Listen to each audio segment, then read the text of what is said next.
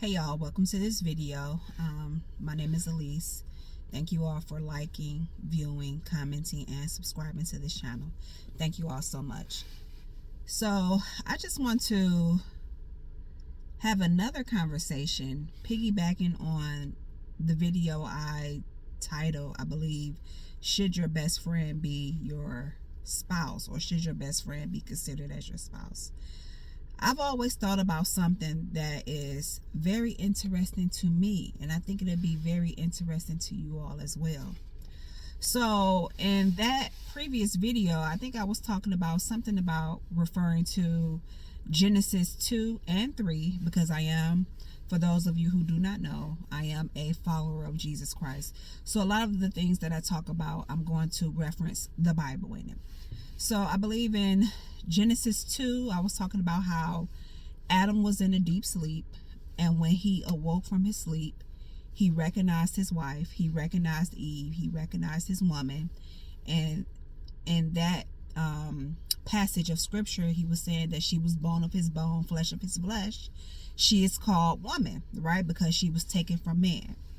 And then in chapter 3, we see where the fall happened, where where Eve was deceived by the serpent, and she ate of the fruit, and she gave it to Adam, and their eyes were open, and ultimately Adam abandoned Eve and blamed God for giving him the woman who deceived him. Meanwhile, Eve owned up to what she did, and I said in the previous video, this had to be the beginning of the distrust between woman and man, right? Because here it is, she's owning up to what she did, but Adam abandoned her, saying, it's the woman that you gave me. So to piggyback on that video, I want to bring something to the attention of, could that have been the beginning of, could the fall of Adam and Eve, and when she ended up giving birth to Cain and Abel in Genesis 4, could Cain be possibly the very first quote unquote mama's boy? Cain, could we say that Cain is the first recorded mama's boy? Can we say that Cain is the first recorded son husband? I think that's a phrase that's been going on lately, or for the last couple of years, about sons being their mom's husbands as well. So where I got that from is from Genesis 4:1. Listen to this. Now Adam knew his wife, and she conceived and bore Cain, and said, I have acquired a man from the Lord. Now, let's break this down. Here it is. Her and Adam, Eve and Adam, end up, knowing each other, which means they had sex. She got pregnant, and she had a son.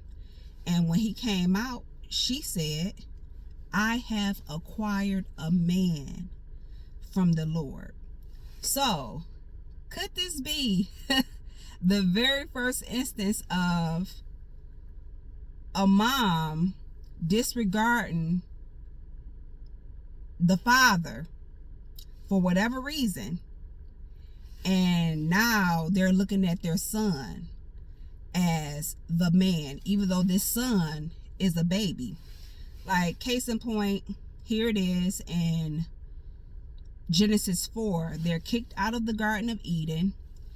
Eve is, I think it's safe to say that she is disgusted by Adam. Like, here it is, you hung me out to dry, you abandoned me, and now I'm disgusted by you. Like, I don't even look at you as a man. I don't even look at you as my husband anymore. I don't look at you as, I don't have any respect for you anymore. Yet they're married, yet they have sex, yet they have this child. She completely disregards Adam. Now I have acquired a man from the Lord. right? She's calling her son a man. What does man mean in the biblical content? Man means husband, servant, mankind, champion, great man. Also, what does acquired mean? Acquired, because remember she said, the scripture says, now Adam knew his wife, and she conceived and bore Cain, and said, I have acquired a man from the Lord. What does acquired mean? Acquired means buy, get, purchase, recover, redeemed. So it's like, is she trying to say she's so disgusted by her husband? Now she has a little boy child of her own. Now her husband has been redeemed with the birth of her son. Or was she possibly meaning that now with the birth of her son, a good man has been redeemed in her eyes, or a good man has been recovered in her eyes, in her son? Disregarding Adam. This is strictly talking about Cain, her son. Now, the reason why I brought this up is because at the time of this video, I don't have any children, but, I've lived in the world long enough. I have brothers of my own, especially like my mom had my older brother at a young age, and there's a big age difference. There's a big age gap between my older brother and me and my twin. It's a 10-year age difference. But we see how mothers lean on their sons. We see how mothers treat their sons differently, especially if they're the first one, especially if they're the firstborn, especially if the mother had the son, young. They cleave to those boy children. We see that over and over and over again. We see that a mother cleaves to the boy child, especially if the father is not involved in that child's life, in that son's life, or if the father left the mother for whatever reason. We see that mother depends on that boy child for everything. It's almost like, and even as they grow up, it's almost like the mom treat the boy as if he's her husband. I hope I'm making sense, but I hope I'm making sense with what I'm saying, because we see it all the time. We see mothers leaning on to their boy sons. We see the mothers, raising their sons like they're their husbands.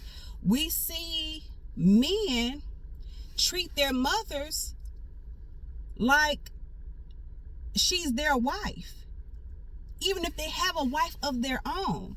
The mother comes first. I've seen that. I've heard that.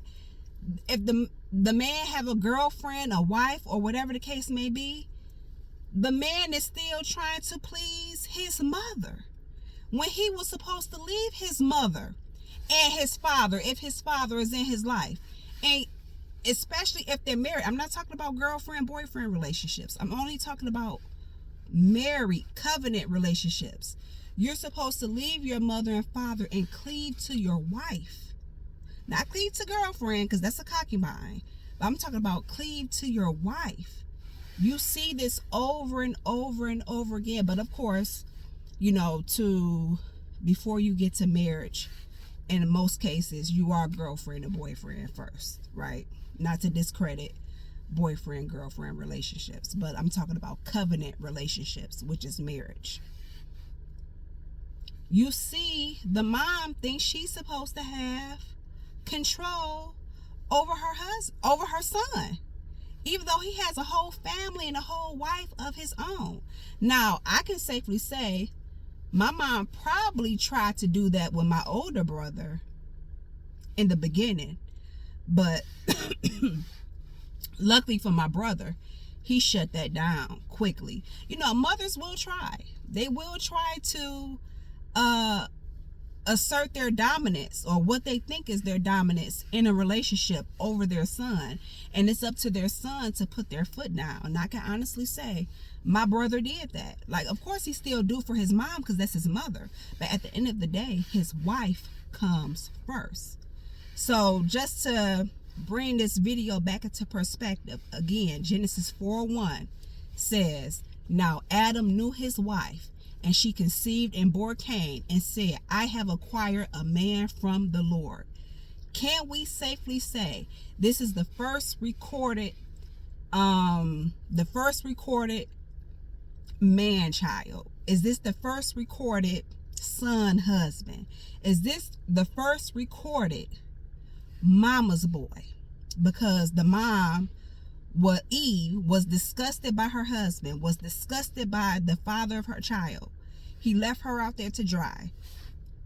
And now she's had a son of her own. Now I have acquired a man from the Lord. This is deep. The Bible is so good. So good. And if you're not a believer in Jesus Christ, you don't know what you're missing out on. You don't know what you're missing out on. But this is just my thoughts. I'm probably rambling now. I'm kind of all over the place right now. But I've always thought that was a very, very interesting scripture in the Bible. I have acquired a man. And again, man means husband, servant, mankind, champion, great man. Acquire again means buy, get, purchase. But I want us to focus on the words recover and redeemed. Could it be that Eve finally felt like her marriage, the man in her life, has been recovered and was redeemed with the birth of her son? Not her husband, but the birth of her son. Something to think about. I'm always thinking about all kind of things. So you're probably going to get a lot of that on this channel. Me coming up with my things that I think about, ponder about, and I'll probably make a video about it, and we can ponder it and discuss it together in the comment section. So that's it for this video. I hope you all have a very, very, very great day.